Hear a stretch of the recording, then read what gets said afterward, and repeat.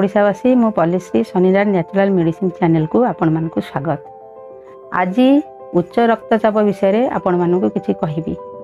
जेउ माने अधिक चिंता करि थांती, जेउ माने अत्यधिक क्रोधी वा रागी होई थांती, जेउ माने अत्यधिक परिश्रम करि थांती, सेहि मानन ठारे एभଳି लक्षण देखा जाय। उच्च रक्तचाप लोक माने खट्टा खाइबे नाही कि लूण बेसी खाइबा अनुचित। से कोनोसी रोग नुहे। जदि आमे मेडिसिन खाउथिबे ताहले कौन करिवे, मेडिसिन बंद कर देबे, कारण अत्यधिक मेडिसिन खाइले लिवर प्रति और किडनी प्रति विपद अछि। उच्च रक्तचाप पई आमे किछि घरे उपचार चलंतु करिबा, से विषय किछि जानिबा।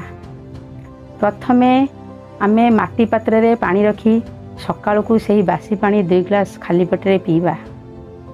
प्रतिदिन सकाळे 4 रु 5 रसुण को चोपा छड़ाई ताको खाली पेटे चोबाई खाइबा द्वारा उच्च रक्तचाप नियंत्रित होता है। उच्च रक्तचाप व्यक्ति माने खाइबा और पीवा पूर्वर ओम शांति बोली उच्चारण करेंगे। ओम शांति उच्चारण कले मन रे बहुत शांति आसीबो, कारण सेमानकर क्रोध अधिक होता है। ओम शांति उच्चारण कले सेमाने अति सहज रे खुशी रे रही पारिबे, ब्लड प्रेशर सारू दूरेई पारिबे। सबुबेले मन रखिबे घरे सब शांति रखापी, निजे हसतु अन्य को हसातु। घरे खुशी रहिले आपण खुशी रे प्रेशर ठारू दूरे पारे।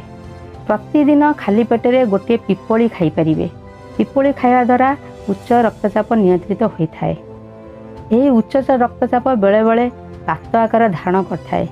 बात हेले हाथ गोड़ बंका पर लगे, मझी सिरा बंका परी लगे।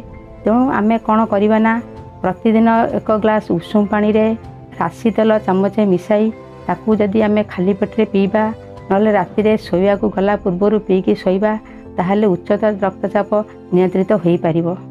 जदि आमर मुंड बुलाए ताहले आमे कौन करबा, सांगे सांगे से उच्च रक्तचाप व्यक्तिर हाथर कहुणी ऊपर को कपड़ा बांधी भल भाव बांधी देबा। तापरे से मुंड बुला भल हो गले कपड़ा को खोली देबा। जदि उच्च रक्तचाप व्यक्ति जानी पारिबे तांकर बात बाहरी ताहले कौन करिवे, सांगे सांगे जेउ नाकपुड़ारे निश्वास प्रश्वास जाउथिबो से नाकपुड़ा को बंद करी तुरंत अन्य नाकपुड़ारे निश्वास प्रश्वास नबाणिया कले भल होई जिवो। तापरे आमे जदि यही परि भाबरे उच्च रक्तचाप उपचार घरे उपचार करि परिबा, ताहले उच्च रक्तचाप ठारू नियंत्रण रही परिबा।